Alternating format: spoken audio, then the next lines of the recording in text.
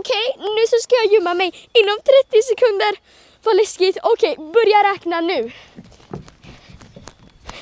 Jag har bästa idén. Jag ska gömma mig i bilen.